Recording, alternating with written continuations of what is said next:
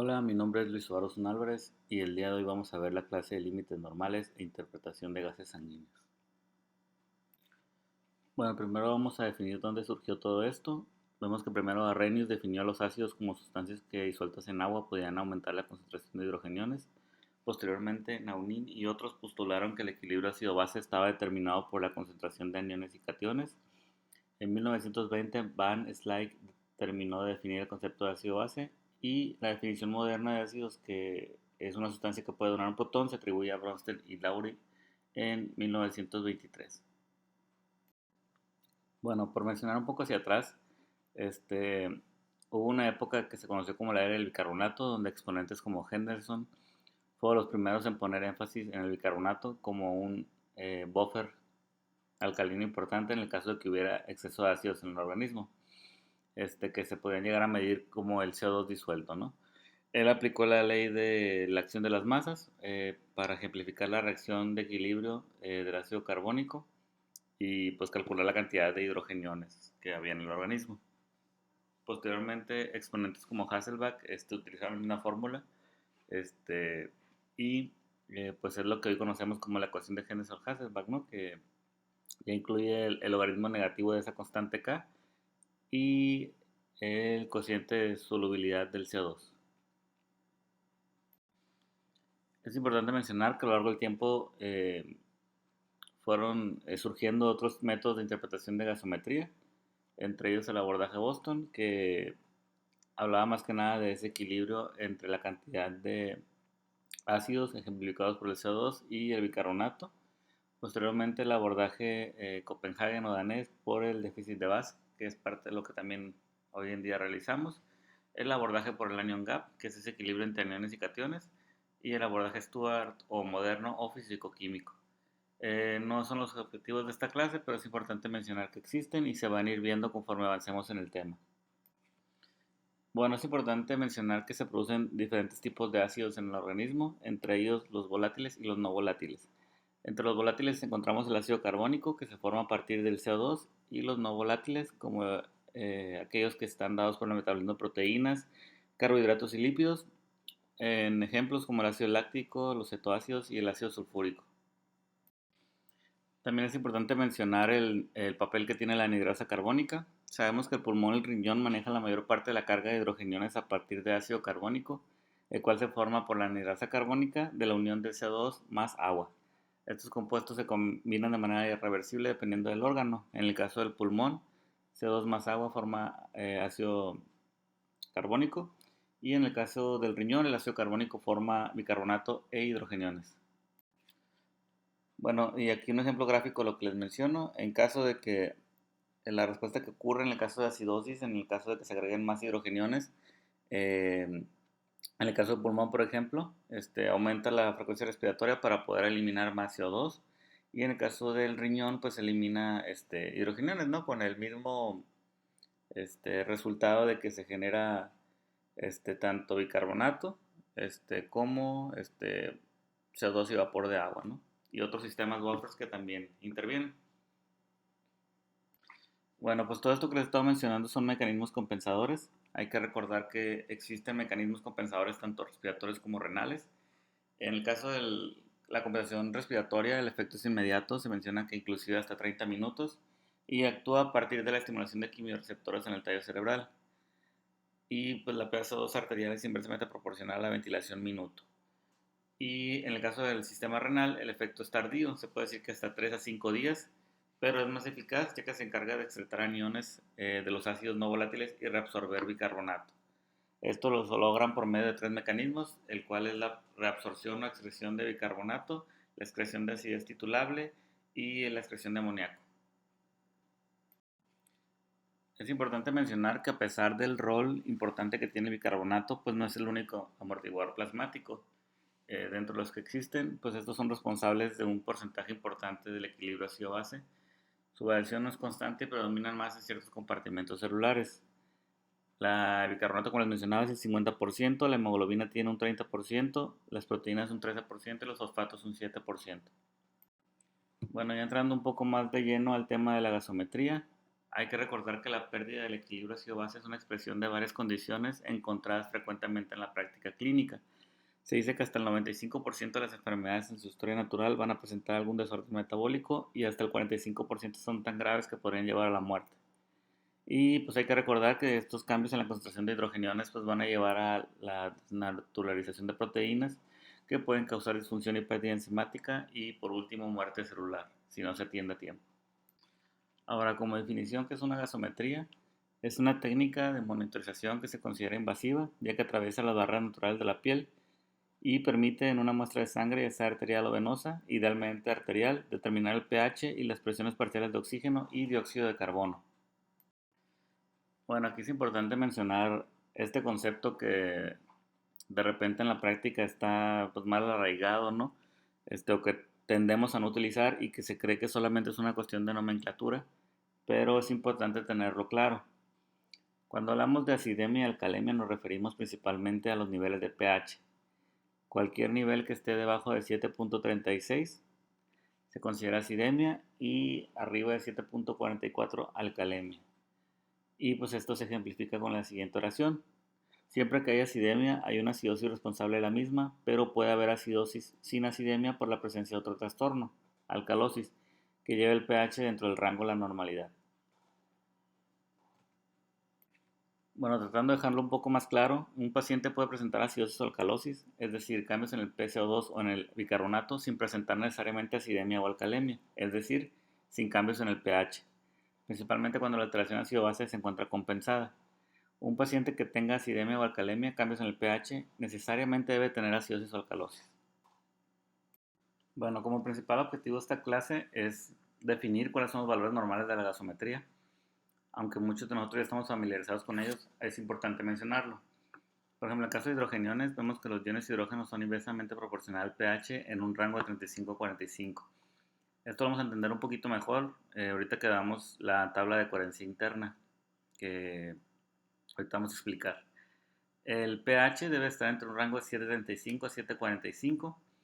La PaO2 debe estar entre 80 a 100 milímetros de mercurio. La saturación de oxígeno entre 95 a 100%. La presión arterial de CO2 debe estar entre 35 a 45 milímetros de mercurio. El bicarbonato debe estar en un rango de 22 a 26. Y el exceso de base que puede ser de menos 2 a más 2. Esta tabla nos ejemplifica la validez de la prueba gasométrica, en este caso particular en acidemia metabólica, con los cambios de sensibilidad y especificidad, así como valor predictivo positivo y negativo en cada uno de los sitios de toma de muestra. Vemos que el arterial pues, es el que tiene la mejor sensibilidad, especificidad, valor predictivo y valor predictivo negativo. En el caso de la venosa, pues vemos que disminuye un poco la sensibilidad y la especificidad y los demás valores. En el caso de la capilar, pues vemos que también hay una disminución importante, un poco mejor que la venosa. Y en el caso de cordón umbilical, pues sí, ahí se menciona que la validez o la confiabilidad pues se disminuye bastante, ¿no? Pero pues en el caso de nosotros pues, casi no lo vemos. Esto ocurre más en el área de neonatología. La siguiente tabla ejemplifica las diferencias que vamos a encontrar en los valores en una muestra arterial y una muestra de sangre venosa mixta. Es importante considerarlos a pesar de que los cambios pueden ser pues mínimos. En el caso, por ejemplo, de la presión de CO2, que puede ser entre 6 milímetros de mercurio aproximadamente la diferencia, es importante tomarlo en cuenta para la valoración. En el caso, por ejemplo, de la sangre venosa mixta, lo que cambia en el caso de la saturación que esperaríamos entre 70 y 75, que vamos a verlo en otras actividades con la cuestión de la reserva venosa. Los hallazgos en el CO2 que van a ser un poco más elevados en su valor y vemos que particularmente el bicarbonato no cambia, ¿no? A pesar de que es importante mencionar que el bicarbonato no es un parámetro medido en la gasometría, sino que se deduce a partir del CO2 que se obtiene de la muestra. Bueno, ahora por mencionar algunas indicaciones o beneficios de la gasometría, es importante realizarla ya que es un muy buen auxiliar diagnóstico en muchos casos. Puede llegar a guiar el plan de tratamiento del paciente, También si mejoramos el ácido base, permitimos la función óptima de medicamentos. En el caso de nosotros, pues es muy común en el caso del uso de aminas, pero no son los únicos. Y también vemos que el estado ácido base puede alterar los niveles de electrolitos hacia un valor crítico, como en el caso del potasio. De contraindicaciones o limitaciones, pues podría ser por cuestión de contraindicación, a lo mejor en el sitio de punción arterial, que hay alguna lesión preexistente, o que generemos hematomas o sangrado, ¿no? También es importante mencionar que dentro de las limitaciones, pues no nos va a dar un diagnóstico específico, ¿no? Pueden salir resultados muy similares en el caso, por ejemplo, un paciente asmático versus un paciente con neumonía. Realmente no va a reflejar el grado real de afectación de un paciente, eso lo tenemos que siempre correlacionar. No tiene que coincidir exactamente el número con un paciente muy grave, aunque por lo general sí hay una cierta relación. Y no es una prueba de escrutinio para enfermedades respiratorias. Bueno, en la literatura se ofrece una serie de pasos para su interpretación y de las propuestas que encontré en la literatura son los siguientes. Lo primero sería determinar el trastorno primario, después clasificar su componente, calcular las brechas, estimar la compensación y calcular los trastornos agregados y la reserva alcalina. Algo que les mencionaba hace rato era la cuestión de la coherencia interna. En teoría nosotros con la ecuación de Henderson, que está ejemplificada del lado derecho, podríamos correlacionar el valor de los hidrogeniones obtenidos con el pH del paciente. Lo que les mencionaba que era inversamente proporcional era, por ejemplo, si nos fijamos en un pH de 7,45, los hidrogeniones serían 35, y en el caso de un pH de 7,35 sería 45, ¿no? Esto igual sería importante realizarlo todo el tiempo, ya que nos habla de que la gasometría está bien tomada en caso de que el valor coincida, ¿no? Siempre tiene que coincidir este, el cálculo de esta ecuación con el valor de los hidrogeniones comparados con el pH. Bueno, antes de entrar al método por pasos, vamos a ver algunas fórmulas que se tienen que tomar en cuenta al momento de interpretar una gasometría. No vamos a entrar muy de lleno al tema, ya que se va a ver en clases posteriores, pero es importante mencionarlas. El caso del anión gap sérico es la diferencia existente entre los aniones y cationes, con la siguiente fórmula que ejemplifico ahí. Las indicaciones son trastornos primarios de acidemia o acidosis de componente metabólico. Y en caso de sospecha de intoxicaciones o estados de hipoperfusión, es importante mencionar que no se va a recomendar en el caso de alcalemia o trastornos de componente respiratorio. Los rangos de referencia pueden ser hasta de 15 y si se excluye el potasio de la fórmula, hasta de 12. Al momento de encontrarse elevado, debe entenderse que hay presencia de ácidos no medibles responsables del desequilibrio y pues es donde nos basamos con la técnica o el acrónimo de Mood-Piles, que son los hallazgos que mencionan ahí. Los resultados en rangos normales no van a excluir la existencia del desorden ácido-base, sino que la causa puede ser debida a pérdidas intestinales o renales y es donde nos apoyamos del anion gap urinario. El anion gap urinario se recomienda que sea a través de una medición de electrolitos urinarios de 24 horas, pero se puede hacer de una muestra única, que vemos que igual es la diferencia entre aniones y cationes. También esta debe ser usada en situaciones donde el anion gap sérico sea normal y pues para, como mencionamos, en caso de sospecha de acidosis tubular renal o trastornos digestivos de tipo quirúrgico. Respecto a esto se menciona que lo principal es establecer si es positivo o negativo, ya que si es positivo se orienta a pérdidas renales en el caso de acidosis tubular renal, en cambio cuando es negativo puede ser asociado a pérdidas intestinales, como en el caso de fístulas, vómitos o diuréticos. Es importante mencionarlo ya que puede ser un diagnóstico diferencial de un paciente que se pueda llegar a referir, por ejemplo, en el caso de un paciente con acidosis tubular renal que puede pasar desapercibido si no lo calculamos. Es importante mencionar que debe tomarse en cuenta si el paciente está en terapia sustitutiva renal o con alto aporte de electrolitos intravenosos, ya que puede salir alterado el resultado. Por último, el cálculo de delta gap, que se puede entender como cuántas bases se tienen para corregir el anion gap, o también si existe al momento de la evaluación una reserva alcalina. Se interpreta de la siguiente manera: menor de 0.4 como acidemia hiperclorémica, entre 0.5 y 1 acidosis metabólica, 1.1 y 1.5 acidemia láctica y mayor de 1.6 acidosis metabólica. Bueno, este delta gap nos va a servir para el diagnóstico mixto de acidemia metabólica o acidosis metabólica con alcalosis metabólica y nos puede brindar información adicional respecto a si las maniobras terapéuticas han sido suficientes o se han excedido. Un ejemplo que ellos te mencionan es en el caso, por ejemplo, de una acidosis o acidemia metabólica secundaria que cuente con un patrón compensatorio adecuado por fórmulas de Winter y que la tengamos con terapia hídrica o incluso con aporte exógeno de bicarbonato. Si este resultado sale menor a 1.6, sugiere una persistencia del estado acidótico, pero si es mayor de 1.6 puede ejemplificarnos de que nos hemos excedido en maniobras y muy probablemente de continuar el tratamiento el paciente puede pasar a un trastorno ya de alcalemia metabólica. Y también es útil en enfermedades como cetoacidosis diabética, trastornos renales con sustitución, tubulopatías o cualquier entidad patológica que se encuentre en corrección con electrolitos. Bueno, y al final todo lo que mencionamos se va a reducir al siguiente algoritmo, que igual pues son los mismos pasos que ya explicamos, no vamos a ahondar mucho en ellos, solamente mencionar que lo primero sería la determinación del trastorno base, lo segundo el componente, lo tercero la brecha aniónica. El siguiente paso es la compensación, que vemos en la siguiente tabla la compensación esperada según el trastorno que presenta el paciente. Aquí es importante mencionar, porque es un error muy común, el hecho de usar la fórmula de Winter en el caso de alcalemia metabólica. Es importante recordar que la fórmula de Winter solo es válida en el caso de acidemia metabólica. En el caso de que el paciente tenga alcalemia o alcalosis metabólica, se usa otra fórmula, que es la que vemos ahí, de 0.9 por bicarbonato más 9.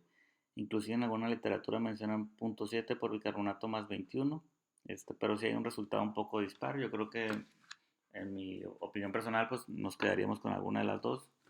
Igual la de 0.9 por bicarbonato es lo suficientemente confiable, ¿no? Pero hay que recordar que en ese caso se usa esa fórmula y no la de Winter.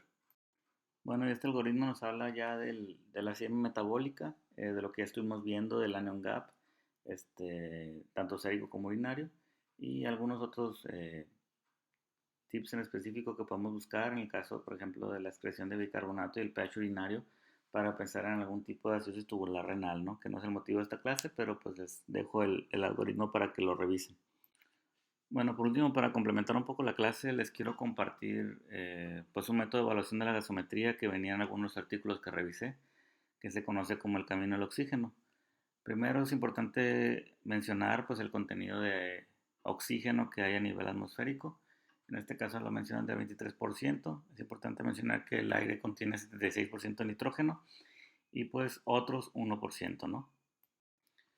Bueno, aquí en este gráfico te mencionan las presiones de oxígeno, que aquí es importante mencionar todo el camino que recorre el oxígeno para llegar primero pues a nivel del alveolo, posteriormente para llegar a nivel mitocondrial y que se puede usar en la cadena de energía. Aquí te lo van ejemplificando, el 21 lo igualan como si fuera el 21% de concentración y lo importante aquí es mencionar pues que hay un gradiente de presión de mayor a menor hasta que llega al punto donde se puede llegar a procesar y todo esto lleva un recorrido específico. Entonces, con la finalidad de entenderlo mejor, lo dividen en fases, que se menciona que tienen este carácter secuencial, entre ellas la ventilación, la difusión, el transporte y la perfusión. Bueno, lo primero es la fase de ventilación, en el cual nos habla del transporte del aire atmosférico a los alvéolos o a la unidad alveolo-capilar, y es la conducción del aire inspirado hacia las regiones de intercambio gaseoso, ¿no? La fórmula donde vemos que está compuesta por la fracción inspirada de oxígeno, la presión barométrica que varía según el lugar de cálculo de donde nos encontremos, en el caso de Monterrey de 753, la presión de vapor de agua de 47, que esa es constante, la presión arterial de CO2, que es la reportada en la gasometría arterial, y el cociente respiratorio. Aquí es importante mencionar que el cociente respiratorio es la relación existente entre la producción de CO2 y el consumo de oxígeno. Entonces se dice que por cada 250 mililitros de oxígeno por minuto se eliminan de 200 a 210 de dióxido de carbono. Y de esa relación que nos da entre dividir 210 entre 250 aproximadamente, en la fórmula 1908 nos da el punto 83, que es la constante. Y el siguiente pues es un ejemplo del valor obtenido en el caso de que lo calculemos con un paciente hipotético con esos parámetros. Bueno, la fase de difusión nos habla del paso del oxígeno del alveolo al capilar y del CO2 también en dirección opuesta. Refleja si hay alteraciones en la ventilación-perfusión o alteraciones a nivel del parénquima pulmonar. Entonces se calcula por la siguiente fórmula, que es igual a la presión alveolar de oxígeno menos la presión arterial de oxígeno. Y este es un ejemplo donde los rangos de normalidad van de 10 a 20, pero si tenemos una FiO2 de 21% y estabilidad hemodinámica. Y pueden ir desde menos de 200 con FiO2 al 100%. Y aquí una tabla muy práctica que menciona los componentes del camino del oxígeno y pues cómo se valoran cada uno respecto a las fórmulas, ¿no? Lo demás, que incluye el transporte y la perfusión, pues son datos que normalmente valoramos con las fórmulas también del taller de gases, ¿no? No es el objetivo de la clase, pero les dejo el siguiente gráfico de utilidad. Y también les acompaño el siguiente gráfico, pues que nos sirve para hacer nuestra valoración de manera más integral y las posibles causas de alteración o disminución en cada uno de estos procesos. Bueno, finalmente les dejo la siguiente tabla que nos resume un poco lo que hemos estado viendo durante toda la clase. Solamente no olvidar el concepto de que todo pH menor de 7.35 es una acidemia ya sea respiratoria metabólica, y todo pH arriba de 7.45 es una alcalemia respiratoria metabólica. Y todo lo demás, aunque tengamos un pH normal, podemos tener alteraciones tanto de acidosis como de alcalosis respiratoria metabólica. Está muy simplificado en esta tabla. Igual vamos a ver más adelante otras clases donde, por ejemplo, con el medio de las reglas de oro y bicarbonato podemos establecer este diagnóstico de manera más precisa, ¿no? Aunado y complementado con todo lo que hemos visto de las brechas. Bueno, por el momento eso es todo de mi parte. Les anexo la bibliografía. Muchas gracias.